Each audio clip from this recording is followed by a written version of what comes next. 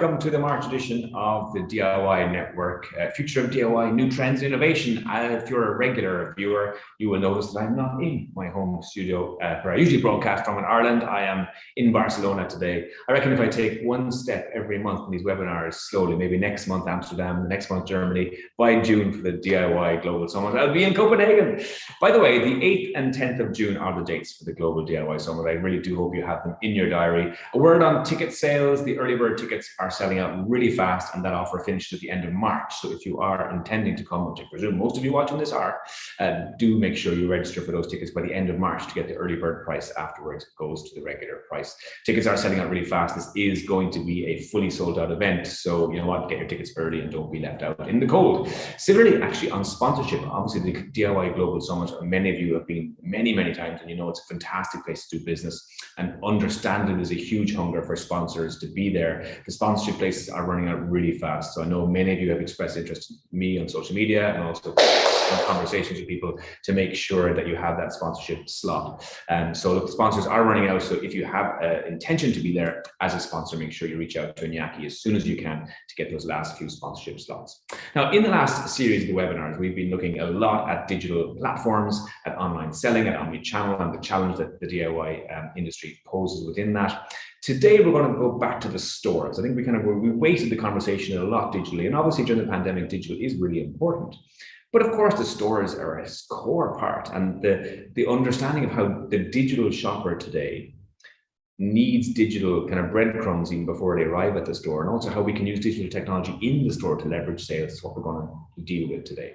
So the title of today's webinar is using location-based services at the point of sale to maximize, upselling and consumer behavior. And we're joined by two amazing speakers to talk us through this. So Tobias and Stefan, turn on your cameras there. So Tobias Schäfers is an academic. He's a marketing professor at the Copenhagen Business School, does a huge amount of research into this field. And then his ex-student, I believe, Stefan Brinkhoff, is the now startup operational director of a company called Locandis. So listen, welcome both of you to the webinar. Thank you for having us. Great to be here. You're very welcome. Where are you both dialing in from today? Start with you, Tobias. Where are you calling in from today? I am in my home office, so I am in Bielefeld in the middle of Germany right now. Okay. And I'm here in our Hamburg office, which is also in the northern part of Germany. Okay, and I love this relationship.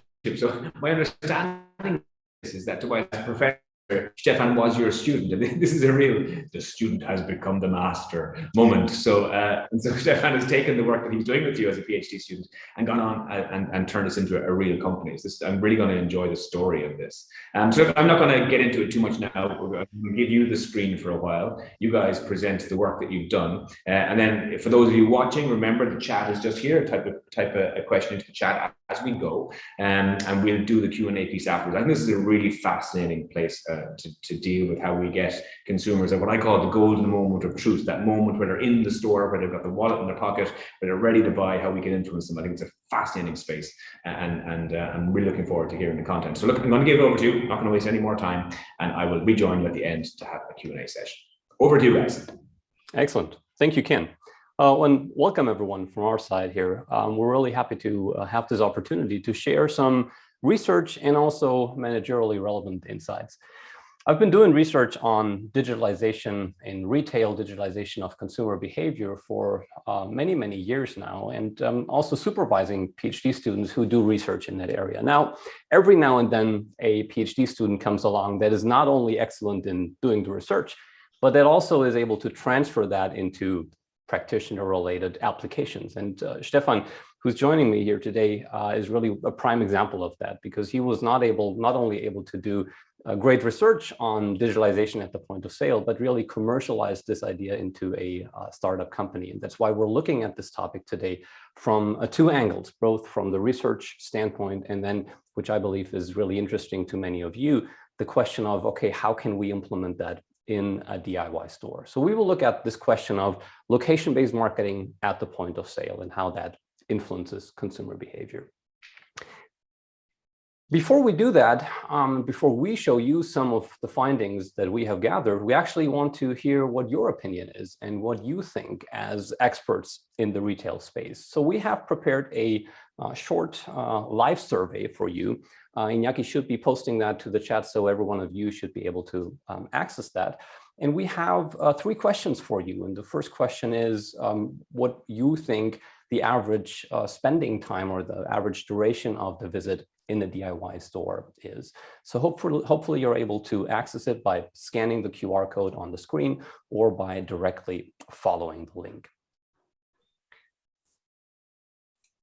And you should now also be able to see some of those votes. We already have a couple of people in here. How much you think, how much time customers on average spend in a DIY store? So we have a couple of votes already, roughly around 100 minutes on average. Let's maybe wait if we can get a couple of more votes in here. But definitely more to the right-hand side. We have someone voting more to the left-hand side here, close to, well, 30 minutes. Now it's going down with 4 votes. Let's see how many of you are able to actually submit your opinion here.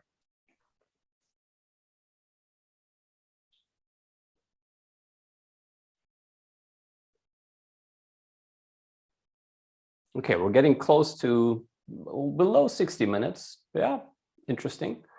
Now we're getting back to the 60 minutes. So roughly an hour, it seems. That's like your average voting and your average estimate. And that will be a long time to actually have the customer in the store, a lot of time to influence that customer. We will show you what the average time actually is according to the studies that we have done and according to the real world insights that Stefan has gained together with his team.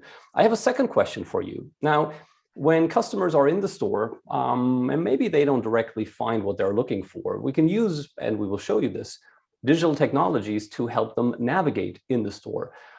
Is that a good thing? For the customer, definitely. And the question then is, do customers, if they use in-store navigation, spend less time in the store or more time in the store? We have 2 opposing votes already. Let's see what else comes trickling in here. And obviously, you can have different explanations here. Customers may be spending less time because they're more efficient. They find what they're looking for better. On the right-hand side, they spend more time in the store, maybe because they find what they're looking for and they have more time available to search for other things and maybe shop more.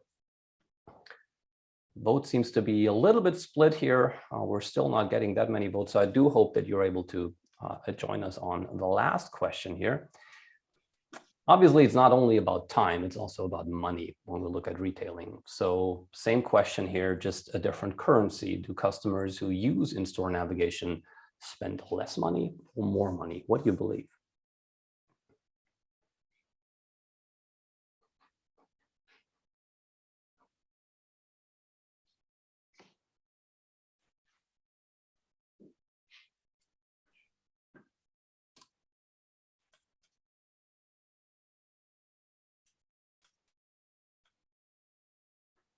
Okay, that seems to be a much clearer vote here.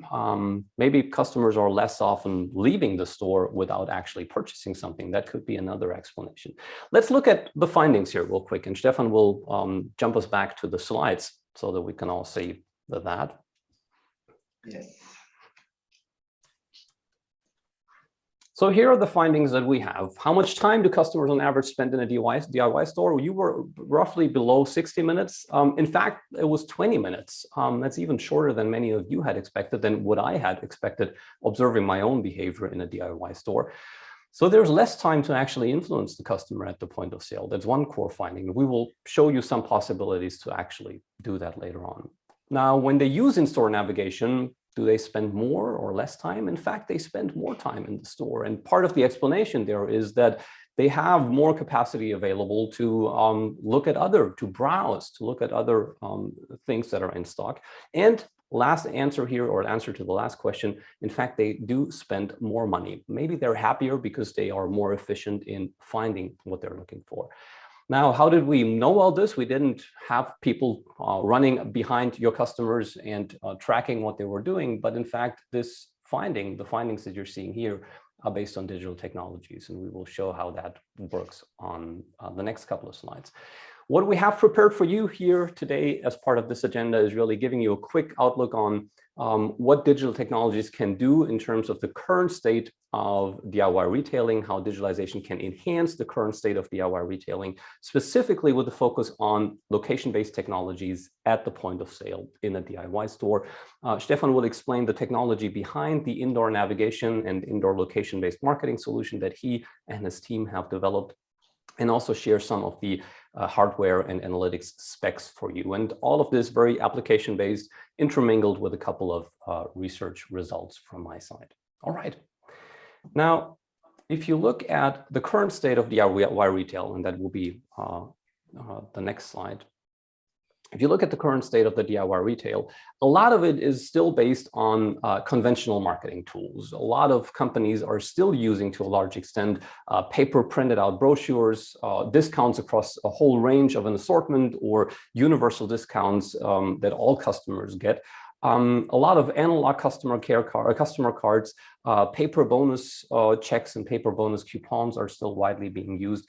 And then the often prevalent digital or movie and films in-store cardboard displays that a lot of retail companies are still using. Now, when we look at it from a researcher perspective, what we have seen is that this obviously has some disadvantages that could be addressed by digitalization, because these non-individualized product recommendations, these non-individualized promotions may lead to lower success rates than if you were clearly targeting like we are used to in the digital world. If you give the same discounts for all customers, that is nice for a lot of customers, but maybe you are actually compromising your margins more than you would need to. And a lot of these activities, when they're paper-based, are really difficult to analyze. So a lot of companies don't really know what do they get, what bang they get out of the bucks that they are spending there. So it may be inefficient, it may be ineffective, or if we put it a little bit more mildly, digitalization may be able to actually help improve that situation. And that's where Stefan's research and Stefan's business idea came in. So I'm handing it over to you. Yes, thank you, Tobias. So what does location-based marketing offer as a technology as a whole? So we started to build up this technology based on this location-based marketing, which is trying to do a smartphone-based impulse directly at the shelf to modify or to change the consumer behavior. And also this is also coming with a digital customer card, which you can imagine as also a gamification element, which is improving other consumer behavior, and which also works very well, especially in a DIY store where you have a huge product area, is the indoor navigation. With this indoor navigation, it's possible to provide the customer the location and also the product location as a service, and help to find products more quickly. And based on all the data we are using, it's also possible to create a recommendation engine which helps improving product recommendations and providing better recommendations for the customers, which all leads to several advantages. One of the most biggest advantages is that product recommendations which are highly personalized and targeted while the customer is at the store improves the acceptance of those offers, and also creates a stronger customer loyalty and leads in higher frequency of customers and increases the dwell time. And this also creates, as a total phenomenon, more sales and margin. Now, what all of this brings us to is that we get a situation in a retail store, in an actual retail store, that is even more comparable to what we know from online retailing. Ideally, this possibility of digitalization in the store actually opens up data integration possibilities. So you can target customers based on different buckets of data.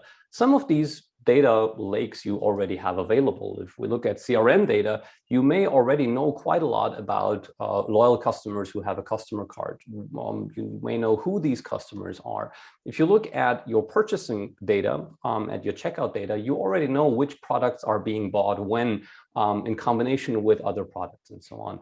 Now, what location-based marketing adds here is that you get a lot more precise measures, a lot more precise information on where customers are in the store, which routes they take through the store, where it's crowded, where it's less crowded during the visit. And all of this information can then be used not only for, in hindsight or ex post, analyzing what the situation was in your store last week, but it can actually be used to react in real time, to send out coupons, to activate customers at the shelf.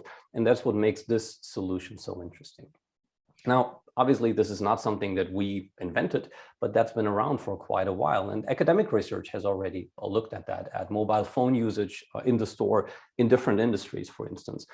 And what we can see here is that several studies, and Gruhl et al. Is the most recent one here, showed that when people use mobile phones in the store, they actually spend more time in the store and they spend more money in the store because they use their phone to get additional information. And that is an interesting finding because to a certain extent, it contradicts this idea of showrooming, of customers just getting into the store with their mobile phone and then purchasing from an online store from your competition. There's an interesting study by Hui and colleagues that found that mobile coupons that are delivered during the shopping visit in the store actually increase travel distance and unplanned spending. So people buy things that they had not initially come to the store for. And then there's Stefan's doctoral dissertation that is currently being published, where he did a large field experiment, a large field study in the fashion industry.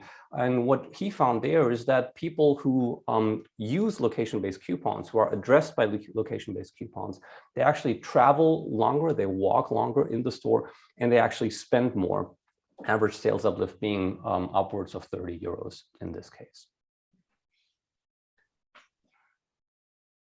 Handing it over to you, Stefan, because I think that Thank you. So we wanted to show you today how this really looks like when you are a customer, and I'm happy to share some slides with you, which should give you a feeling how this works on your mobile smartphone. So here are some insights of our current project we do with a large retail DIY chain here in Germany.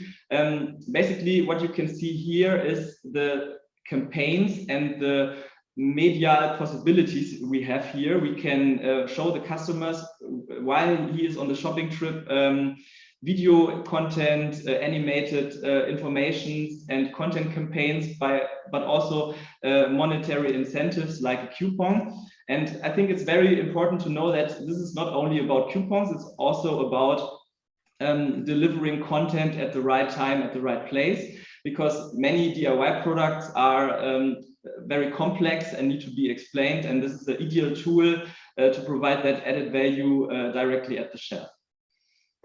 And what is also very important to know, when we look at other digital marketing strategies, we all know that there are opening rates for, if you compare it to a newsletter campaign, let's say 3 to 5%.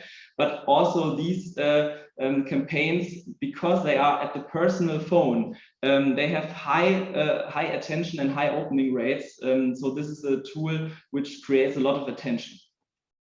So because this is also very important to know, we, coming from this academic background, we all wanted to compare how different customer groups within these retail stores compare to each other. So you can see here that with no customer card and no app, the revenue, the average spending is 33 euros. This is going to be increased by the loyal customers, which have this customer card, to 41 euros. And when they have the app and this customer card, they even spend 50 euros. So to give you a little impression how this works at the checkout, we created a little video. You can show your customer card and all targeted campaigns which you choose from directly in one step at checkout. And also, which is possible with this technology, of course, you can send push-based communication for event registrations, for example. So this retail chain used it to better sell their courses, which should better explain their products. And it's also possible to directly drive those registrations, because this is a very convenient channel for the customer. So what we are always get asked from customers is, when they have already a plastic card or an analog customer card, can this be an obstacle? We say it's absolutely no obstacle. It's more or less an argument, because we can integrate this analog customer card into the app directly. And yes. Just a couple of words maybe before Stefan goes into the technical details here. We know from research, and in fact, I actually, looking back at my own PhD journey, I started looking into shopping convenience many, many years ago. We know from research that convenience is one of the key motivators and one of the key drivers of the shopping experience, of the retail experience. And obviously, a lot of this has to do with understanding the path to purchase of the customer. And often we are a little bit limited with regards to the insights of a real, actual DIY store or any real retail environment. And what Stefan will show you here is a really nice possibility for tracking the customer and tracking customer movements, but then also using that to increase the convenience for the customer. Stefan, let's hear it. Yeah, this is maybe the most fascinating part, because this is something which is currently not available, especially not in the DIY segment. What we did here was we digitalized the whole store with all 60,000 products, added the precise locations of those products, and then we implemented our Bluetooth-based localization technology and provided this as a whole service to provide wayfinding turn by turn to the shelf, and also delivering some added functionalities like, is the product in stock currently? What's the price? Can you give me some information about the product directly on my phone? So imagine you are planning to go to the DIY store, but you're not really, you don't really know if the products you are searching for are on stock. And you can start your journey with the app, put them in your shopping list, and then can directly navigate to the shelf. And this is something very innovative. We have created two forms of product localization. You can see the first on the left side, which just shows the product on the map, which is also a huge time saver. On the right side, you can see this continuous navigation, which you know from Google Maps already, but at a whole new scale because it's indoors. And how does it look like and how does it feel? I show you this video here. The customer starts finding a product which is perfectly inventorized in this app. And then the app is localizing the customer in real time and the product, and is calculating a route based on those location points. And then there is a continuous navigation which shows the position in real time on the map and also gives guiding instructions. You can see it on the bottom of the smartphone where to go next. And I hope you can see it on the live screen as well. It's a continuous navigation, and when the customer arrives at the shelf, we can then target promotions based on the location. And this is I also say sometimes to customers, it's like a WhatsApp notification, which is directly on the screen, so it definitely gets the right attention. The customer can then save this coupon and go to the checkout. But we didn't even stop here, because we think the future is about augmented reality. And I'm happy to share a sneak peek today how this is going to be in the future. We are going to use this location data, which we already have, to improve the shopping experience even further by adding real-time camera information while the navigation takes place. So this is something we did not even which is still under active development. What you can see here is the location signs are being augmented into the real-time camera display, and this even improves the finding of the right product even further. And also you can get a promotion as well. Yes, so this is not only very relevant and interesting from a technical standpoint or from a customer satisfaction standpoint, it also has a serious business impact, because studies showed that 1 of 3 customers leave the store without having found all the products they were looking for. And so what we did really measure on a quantitative, on a measurable scale, is that indoor navigation and the product search on site are measurable revenue drivers. And also people who are looking for products with this indoor navigation enabled, they stay longer and they have been proven to buy more. And which is also available, what Tobias already introduced, is that based on this huge data customers create while walking through the store, a whole new possibilities of store layout optimizations are possible, and staff optimizations are possible. Now, remember how we started with these 3 quick questions on duration of the shopping visit, but also spending time and spending money. And interestingly, what the results from the field test and the field project that Stefan and his team have been working on show is really, it's a very, very consistent finding. It's also a finding that's consistent with Stefan's previous work research that he has been doing.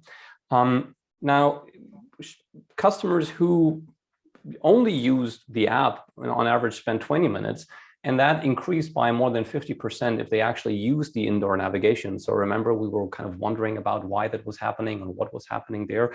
And what we can also see is that average spending actually was higher. And this refers to or compares to an even lower average spending of customers who don't even have the app. So by just giving them the app, we can already see increased revenue.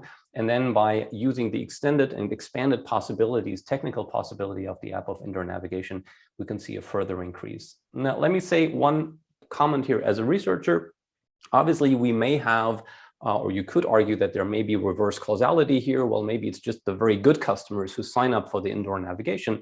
And Stefan extensively controlled for that in his doctoral dissertation, and we're carefully taking care of this in all data analyses. So even when controlling for the fact that we may have to have some very loyal customers using that in the first run, we can still see robust effects of more spending and more duration time of the visit here. And then there's a couple of byproducts. Stefan. Yeah, thank you. So what I already told you is that every contact with our technology, with the mobile app, creates a data point, you could argue, and this is creating whole new possibilities. But because we know from each customer on a personalized level how the walking behavior within the store is actually, and this is something which can also be aggregated to build up some heat maps like that. But I could also show you how older versus younger people, males versus females, are walking. This is something which is really a very good byproduct, in my opinion. And also these informations can be used to retarget, if you would like to say so, campaigns. Basically, when you know that there is an area of the store which is not so hot, you could target campaigns that move customers there based on those push-based campaigns we create in real time while the customer is shopping. And also you get a whole new level of information about the performance of shelves and the purchasing behavior within the store. And you may ask, how is this realized from a technical standpoint? We are relying on Bluetooth. This was a very tough decision because there are whole different technologies which are competing in this field.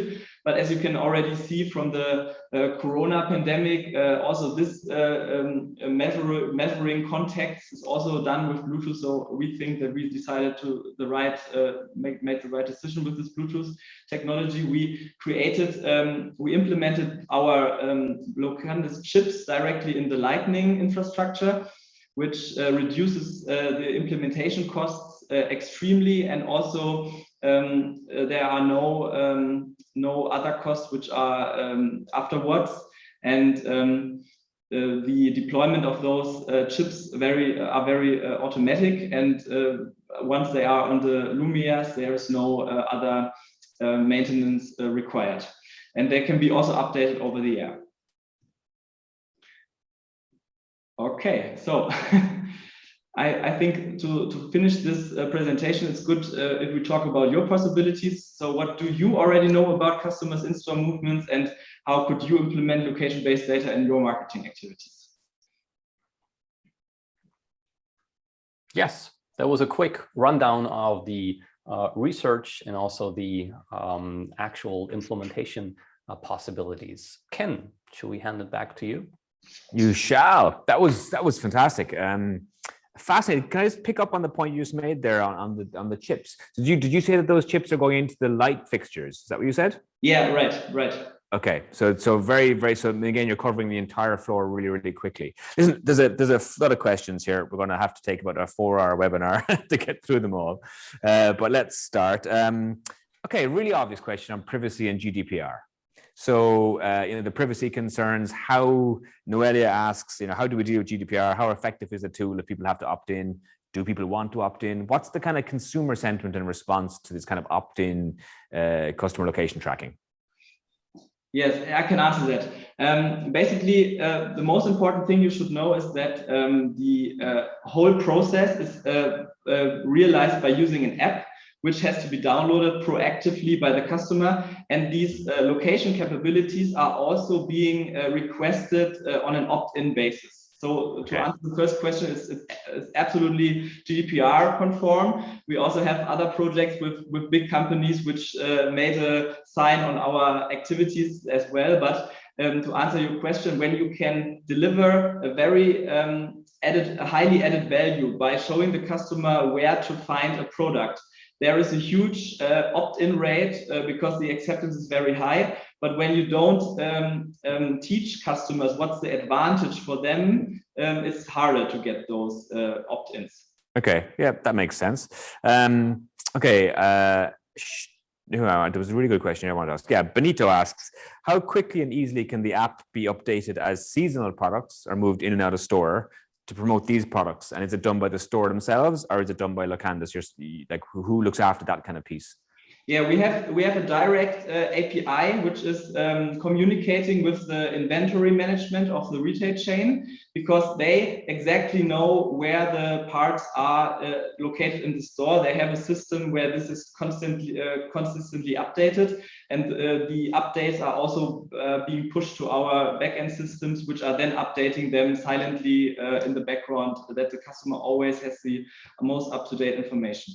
Okay, and a question on inventory too, because as I was watching your demo there of the lady searching for whatever she was searching for, I had this horrible moment where someone searches for a product, the system does a wonderful job of guiding you to the shelf, and then it's not there, as in the inventory is stuck. So how does the inventory system talk to the? Is it a completely 360-degree integrated here? Yeah, absolutely. It is. You saw this availability. I'm sorry, it was in German, but it's always saying if the product is not available, it can't be navigated to. That's one thing we try to prevent frustration, if you would say so, because we also wanted to have this live inventory information. Okay. So it's a whole 360 degrees. And then Stefan asks, which is a kind of an interesting point post-pandemic, everyone used to click and collect, now a huge growth in click and collect.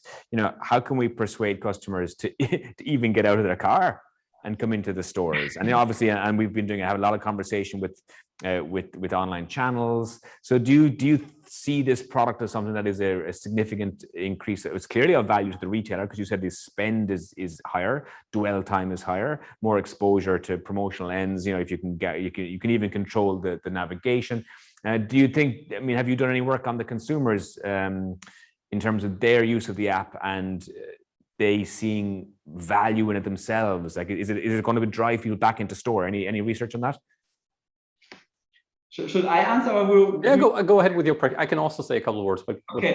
I find this question highly interesting, and it also relates to your introduction, where you said we should have some breadcrumbs to get the customer back in the store, and we are using these breadcrumbs by starting the conversation with the customer when he's at home, sitting in the living room, because we can target campaigns, of course, not only location based, but we can also target them without a location requirement. So this push communication starts when the customer is at home.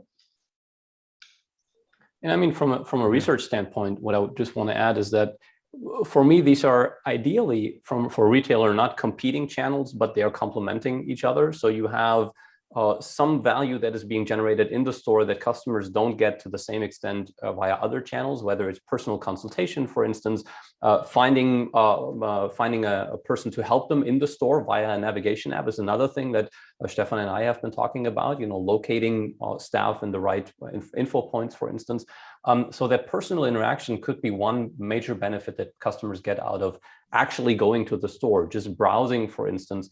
All of these things I think can be beneficial. And if you then show that this technology does not make it harder or does not make it more difficult, but actually increases the convenience, I think then you have a very good argument for people using both channels. Yeah. The link way. And in fact, as you were talking about dwell time in the stores and you showed kind of, 20 minutes, and I can understand people often think of DIY as a very browsy, kind of, I suppose, involved retail environment, but often people are in and out in a flash. They know what they want. They're coming in to get, especially the tradespeople. And so we need to make that environment as effective as we can possibly be. And Florence asks a really good question. She says, DIY customers mostly buy projects. Maybe you're refurbishing a kitchen, you're refurbishing a bathroom, you're refurbishing a bedroom, and not products themselves. So that they can be very much mission focused as opposed to product focused. Do you have any examples of indoor navigation, or have you thought about maybe, instead of navigating to specific product, navigating to kind of project mission and how you might do that? That's a very interesting feature as well. We could get a couple of product searches and then present the right project based on these searches, which then creates maybe a different map or a different view in the app. This is something we are planning for the future. Yeah, and in fact, it was a question that Peter asked too. He said, do you have partnerships between retailers and manufacturers for specific indoor navigation experiences? And you could have a particular manufacturer partner with a particular retailer around barbecue, around summer, around and you could have a very specific experiential moment on the app.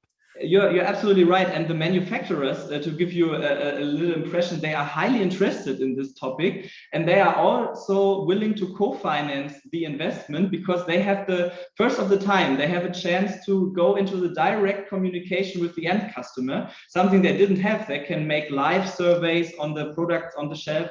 This is something we are also experiencing. Yeah. Okay.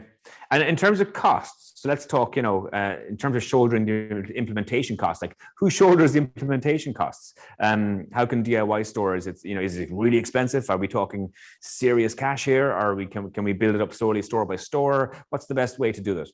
No, I would always say it depends because there are several factors which create the final pricing. But to give you a little impression, the highest costs are the hardware implementation, of course, when you are seeking for this continuous navigation.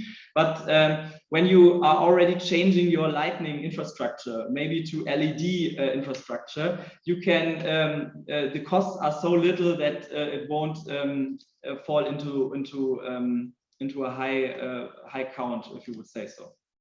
Yeah. So, and maybe one more thing to add here. What I find so fascinating as a researcher again of this technology is that once you have it installed, once you have the hardware installed, once you have done the measurements of the store, there are just so many possibilities that you could use it for, right? Whether it's directly targeting customers, whether it's obtaining more information, whether it's understanding co-branding activities and where an ideal location for specific brands would be.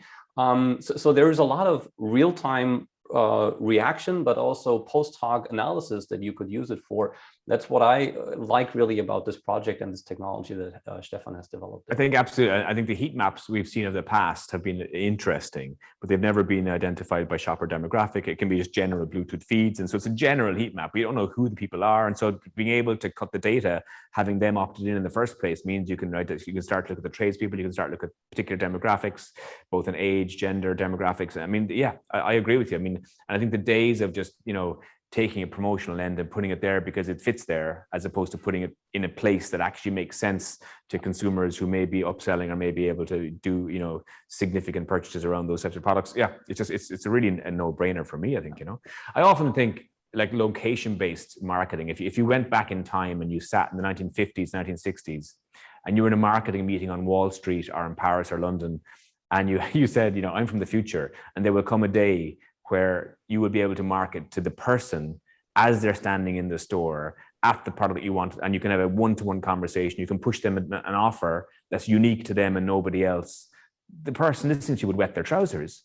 You know, it's the ultimate gift, isn't it, from a marketing tool, being able to whisper in the customer's ear at the right time, in the right place, when they're in the psychological space of about to buy. I mean, the potential for upselling is huge. Do you have any data on the upsell piece, on, like, you know, intended purchases versus additional purchases having used the app? Yeah, of course. This uplift in sales revenue is created by those campaigns, and we are measuring which products are bought more, and this is functioning very well. And I would say also we are living in a world where marketing activities try to spam customers, so there is very much noise. And I would say with this technology, the marketing spam gets reduced and the target level gets higher, so it's more, it adds more relevance for the customer as well. Yeah.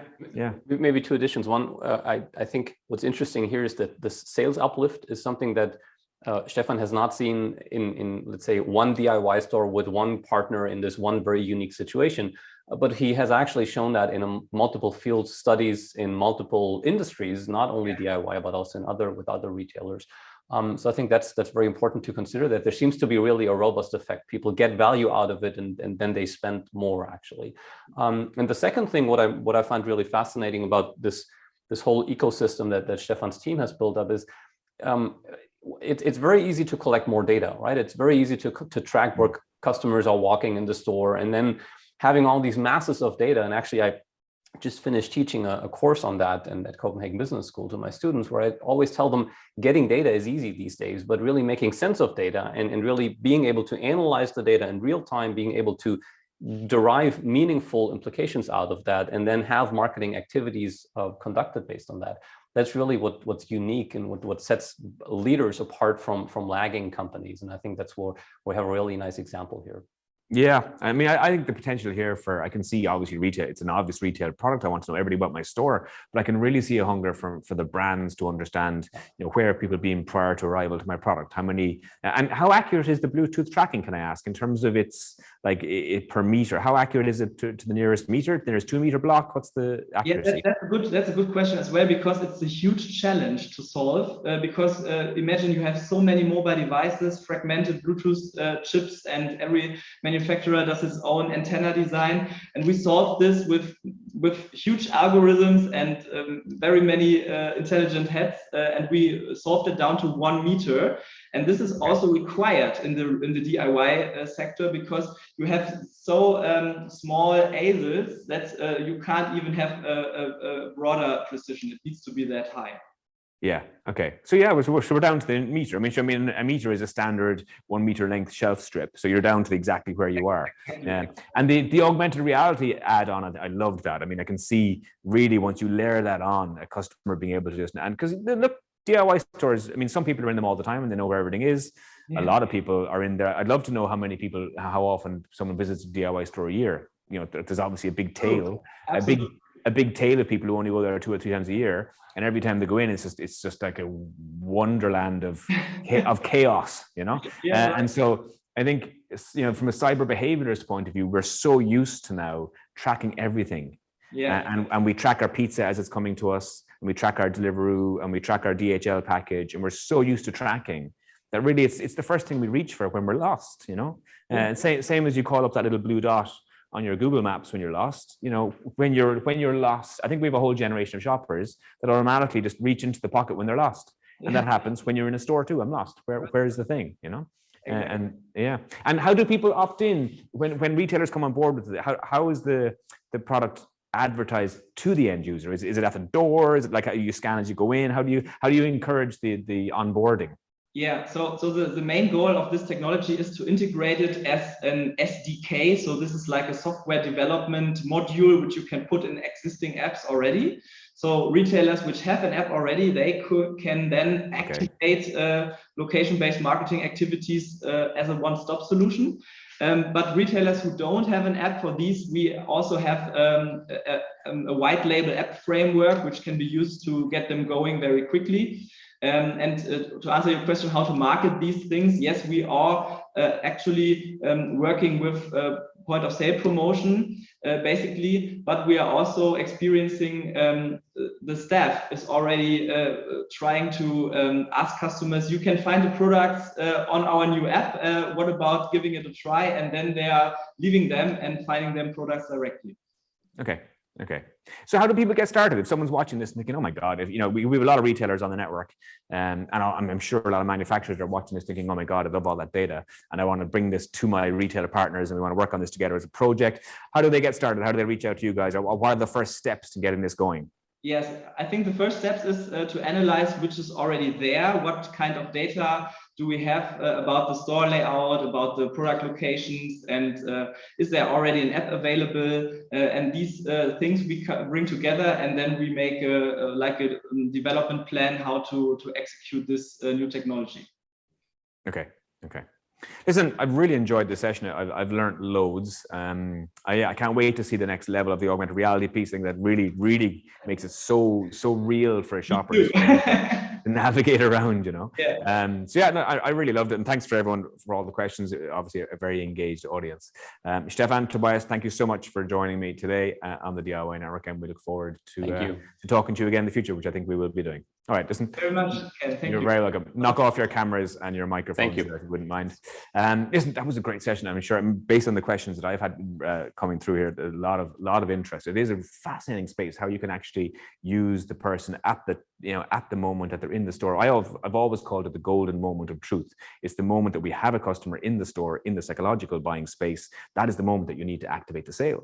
And anything we can do, particularly the fact that it's tied into inventory, and I love the questions about project-based stuff. So maybe, you know, inspiring people around a certain project and moving them around the store, then using that type of product to actually stimulate upsells and stimulate sales. I think, you know, fascinating space. So location-based marketing, really amazing. So definitely a video worth sharing with your colleagues if they weren't watching this live. Listen, the next episode of the DIY Network for Future Trends Innovations is on the 11th of April.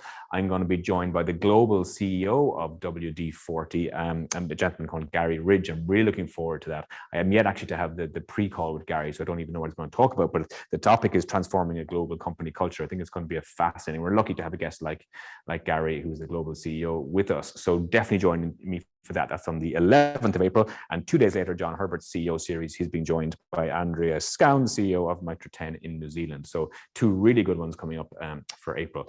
A reminder, do register for the Global Summit before those early bird ticket prices change at the end of March. So make sure you do that, even maybe after this call or after this session, maybe go on and register if you haven't already done so.